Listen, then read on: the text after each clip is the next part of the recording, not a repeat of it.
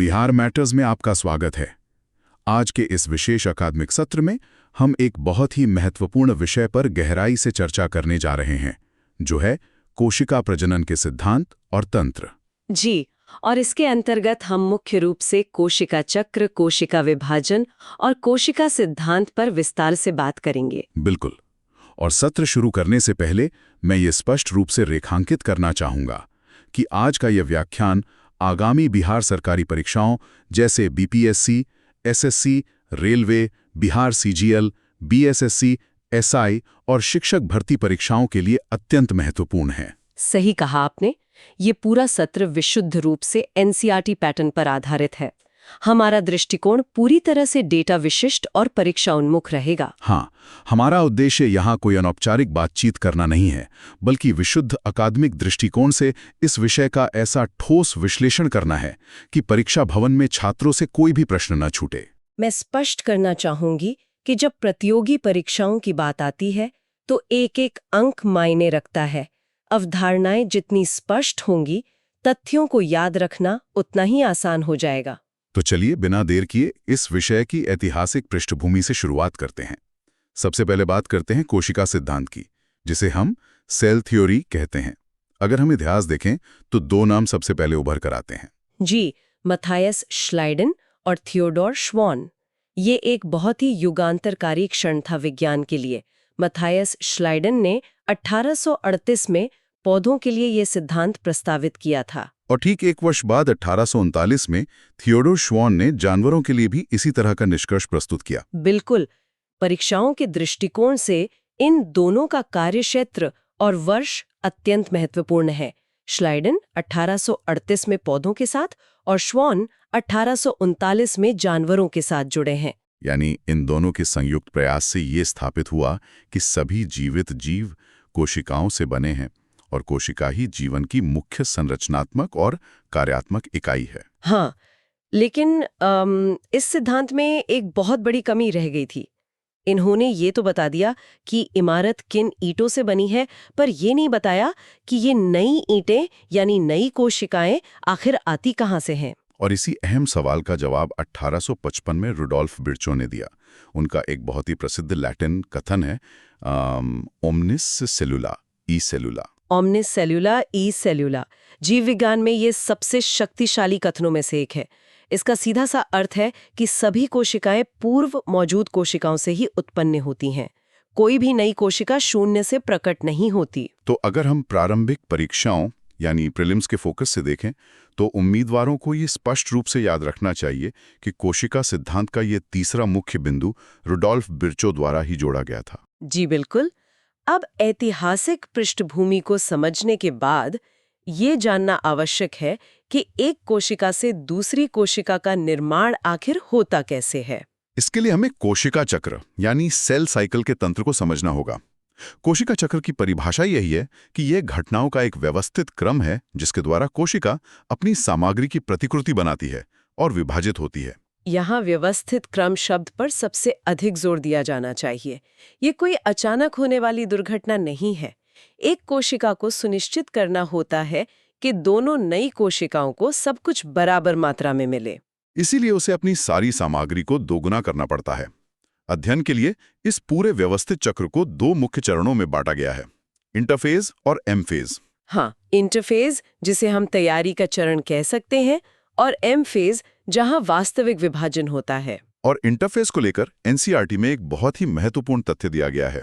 वो ये है कि इंटरफेज कोशिका चक्र की कुल अवधि का लगभग 90% हिस्सा लेता है। देखिए, इसे एक बड़े आयोजन की तरह समझा जा सकता है।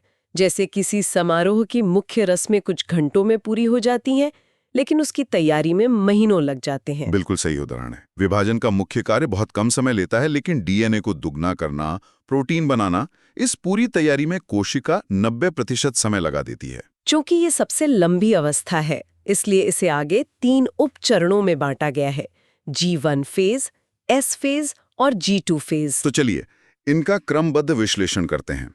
शुरुआत G1 फेज से होती है, जिसे गैप 1 भी कहा जाता है। यहाँ कोशिका की वृद्धि होती है और अंगकों यानी ऑर्गेनेल्स का संश्लेषण होता है। जी, इसे कोशिका का ग्रोथ फेज माना जा सकता है। कोशिका लगातार वृद्धि करती है और माइटोकॉन्ड्रिया या राइबोसोम जैसे अंगों का निर्माण शुरू कर देती है। जीवन की इस तैयारी के बाद कोशिका चक्र का सबसे अहम और परीक्षाओं का सबसे चहेता चरण आता है एस फेज, यानी सिंथेसिस फेज। यहाँ एक बहुत ही कड़ा परीक्षा फोकस निर्देश है सभी के लिए। बिल्कुल। इस चरण में डीएनए प्रतिकृति यानी डीएनए रेप्लिकेशन और गुणसूत्रों का दोहराव होता है। छात्रों को ये दृढ़ता से याद रखना चाहिए कि डीएनए प्रतिकृति केवल और केवल एस फेज में ही होती है। अगर कोशिका चक्र से कोई एक सवाल सबसे ज्यादा बार पूछा गया है तो वो यही है, डीएनए का दुगना होना सिर्फ एस फेज की विशेषता है, G1 या G2 में ये बिल्कुल नहीं होता। मैं यहाँ जोड़ना चाहूंगा कि अक्सर यहीं पर कुछ शब्दावली छात्रों को उलझाती है। जब इस फेज में गुणसूत्र अपनी कॉपी बनाता है तो क्रोमैटिन, क्रोमैटिड और सेंट्रोमियर ये 3 शब्द बार बार आते हैं। ये अंतर समझना बहुत जरूरी है। नाभिक के अंदर डीएनए के उलझे हुए जाल को क्रोमैटिन कहते हैं। जब ये संघनित होता है तो गुणसूत्र बनता है। और जब एस फेज में ये अपनी कॉपी बनाता है तो वो अंग्रेजी के एक्स अक्षर जैसा दिखने लगता है। जी, और इस एक्स के दोनों धागों को सिस्टर क्रोमैटिड्स कहा जाता है। जिस केंद्र बिंदु पर ये दोनों मजबूती से जुड़े होते हैं उसे सेंट्रोमियर कहते हैं। बहुत ही स्पष्ट व्याख्या। तो एस फेज के बाद इंटरफेज का अंतिम चरण आता है G2 फेज, जिसे गैप 2 कहते हैं। यहाँ प्रोटीन संश्लेषण होता है और विभाजन के लिए अंतिम तैयारी होती है। मैं इसे एक अंतिम सुरक्षा जांच या चेक पॉइंट की तरह देखती हूँ। कोशिका ये जांचती है कि डीएनए की जो कॉपी बनी है उसमें कोई त्रुटि तो नहीं है। जब सब मुकम्मल होता है तभी वह एम फेज में कदम लगती है। और अब वो समय आ गया है जब वास्तविक बंटवारा होगा। एम फेज को भी 2 स्पष्ट भागों में बांटा गया है, माइटोसिस जिसे नाभिकीय विभाजन कहते हैं और साइटोकाइनेसिस यानी कोशिका द्रव्य विभाजन। ये बहुत तार्किक है। पहले कंट्रोल रूम यानी नाभिक बढ़ता है जिसे माइटोसिस कहते हैं। उसके बाद कोशिका का तरल पदार्थ बीच से बढ़ जाता है जिसे साइटोकाइनेसिस कहते हैं। यहाँ हमारा मुख्य ध्यान माइटोसिस यानी समसूत्री विभाजन पर होगा। ये एक तथ्य है कि माइटोसिस मुख्य रूप से दैहिक कोशिकाओं यानी हमारे शरीर की सामान्य कोशिकाओं में होता है। दैहिक कोशिकाएं जो शरीर का मूल ढांचा बनाती हैं, जैसे हमारी त्वचा या हड्डियां, जब भी शरीर की मरम्मत या वृद्धि के लिए नई कोशिकाओं की आवश्यकता होती है तो वहां केवल माइटोसिस ही होता है। इस जटिल प्रक्रिया को 4 क्रमिक चरणों में समझाया गया है: प्रोफेज, मेटाफेज, एनाफेज और टीलोफेज। इन चरणों का क्रम परीक्षाओं में अक्सर सीधे मिलान के रूप में आता है। सबसे पहले प्रोफेज। जी, प्रोफेज में गुणसूत्र संघनित होते हैं और सबसे महत्वपूर्ण बात, नाभिक को घेरने वाली परमाणु झिल्ली धीरे धीरे घुल जाती है ताकि गुणसूत्रों को अलग होने की जगह मिल सके।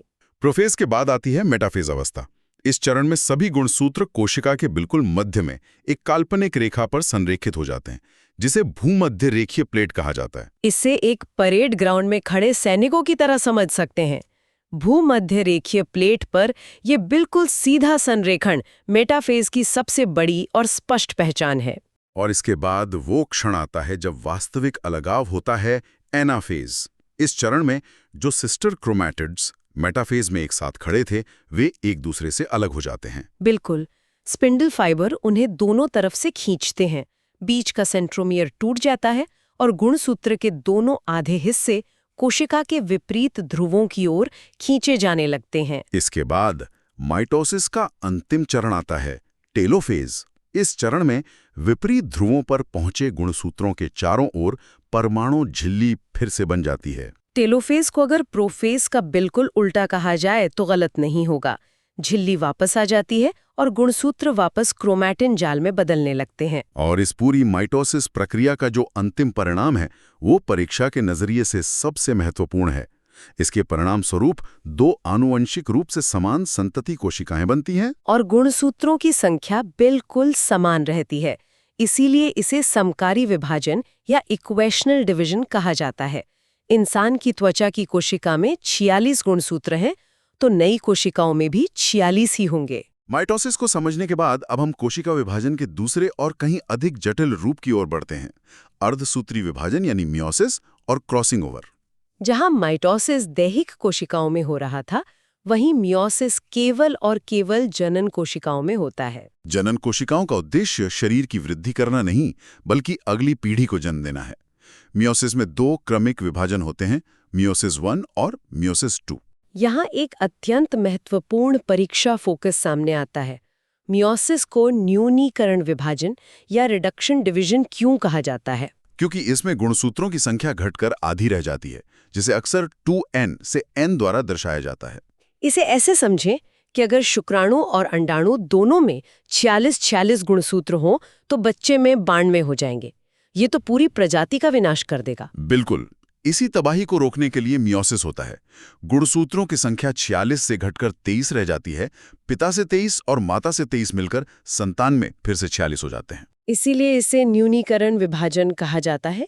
अगर हम माइटोसिस और मायोसिस के बीच अंतर देखें तो माइटोसिस में केवल 1 बार विभाजन होता है, मायोसिस में 2 बार।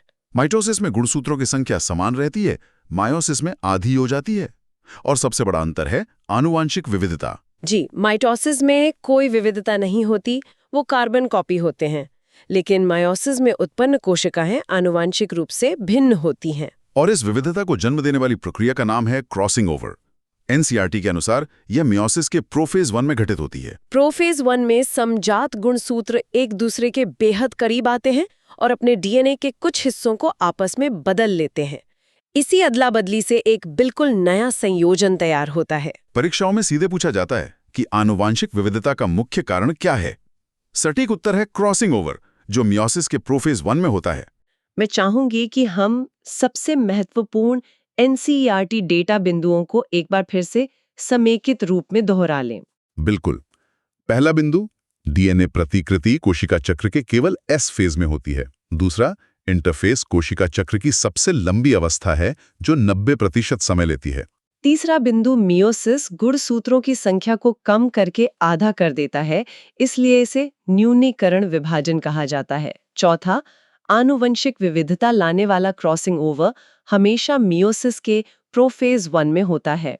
पांचवा बिंदु, माइटोसिस शरीर की वृद्धि के लिए होने वाला एक समकारी विभाजन है। और छठा बिंदु, मियोसिस 1 वो विशिष्ट चरण है जहां मुख्य रूप से न्यूनीकरण विभाजन होता है। ये 6 तथ्य वो आधार स्तंभ है जिन पर विभिन्न राज्य और राष्ट्रीय स्तर की परीक्षाओं में अनगिनत बार प्रश्न बनाए जा चुके हैं। इस विस्तृत विश्लेषण के अंत में बीपीएससी, बीएसएससी और बिहार सीजीएल की तैयारी कर रहे सभी उम्मीदवारों के लिए मैं परीक्षा प्रासंगिकता की फिर से पुष्टि करना चाहूंगा। जी, सभी छात्रों को हमारी सलाह है कि वे विशेष रूप से एस फेज, प्रोफेज 1 में होने वाले क्रॉसिंग ओवर और कोशिका सिद्धांत के संस्थापकों से संबंधित तथ्यों को अच्छी तरह से रिवाइज करें। क्योंकि सटीक पुनरावृत्ति ही प्रतियोगी परीक्षाओं में सफलता का सबसे बड़ा रहस्य है। लेकिन इस सत्र का समापन करने से पहले एक अंतिम विचार जो हमें सोचना चाहिए। हमने देखा कि कोशिका चक्र अत्यंत अनुशासित है। जी बिल्कुल। लेकिन कल्पना कीजिए, यदि किसी कारणवश कोशिका चक्र के ये नियम और नियंत्रण बिंदु विफल हो जाएं, यदि कोशिकाएं अनियंत्रित रूप से विभाजित होने लगें, तो शरीर पर इसका क्या परिणाम होगा? ये स्थिति एक बेहद विनाशकारी और जानलेवा चुनौती को जन्म देती है। ये विचार इस शांत और व्यवस्थित प्रक्रिया के पीछे छिपे खतरे को उजागर करता है। बिल्कुल सही। हमारी ये अकादमिक श्रृंखला अगले सत्र में भी इसी प्रकार जारी रहेगी, जहां जीव विज्ञान के अन्य महत्वपूर्ण विषयों का इसी गहराई के साथ विश्लेषण किया जाएगा। बिहार मैटर्स के साथ जुड़ने के लिए धन्यवाद।